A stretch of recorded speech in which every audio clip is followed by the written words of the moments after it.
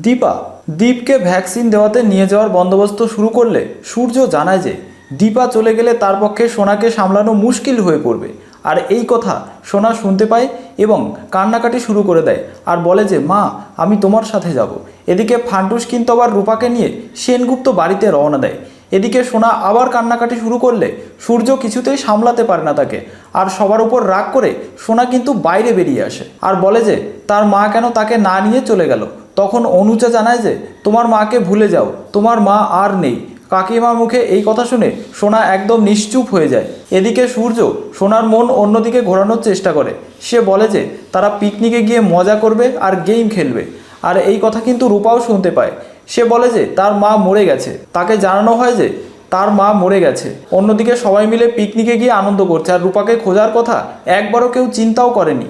তখন ফান্টুস বলে যে বাড়ির কাছে যখন এসেই পড়েছিস তখন সবার সাথে একবার কথা বলে দেখ।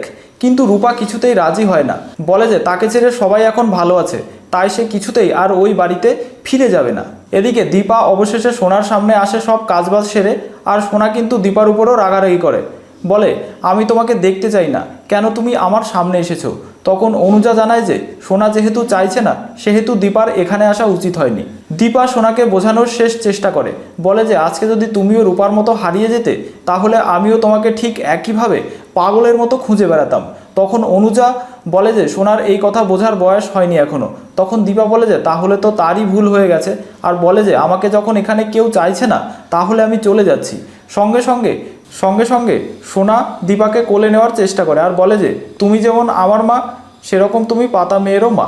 এদিকে রূপার হজমে গোলমাল হয় আর রূপার শরীর খারাপ হয়ে যায়। আর যেখানে পিকনিক হচ্ছিল সেখানে জল চাওয়ার জন্য ফান্টুস আসে।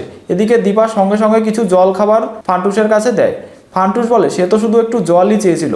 তখন দীপা জানায় যে আপনার মেয়ের শরীর যদি বেশি খারাপ হয় তাহলে অবশ্যই এখানে নিয়ে আসবেন। তখন দীপা মনে করে যে তার অবশ্যই এই মেয়েটাকে দেখে আসা উচিত।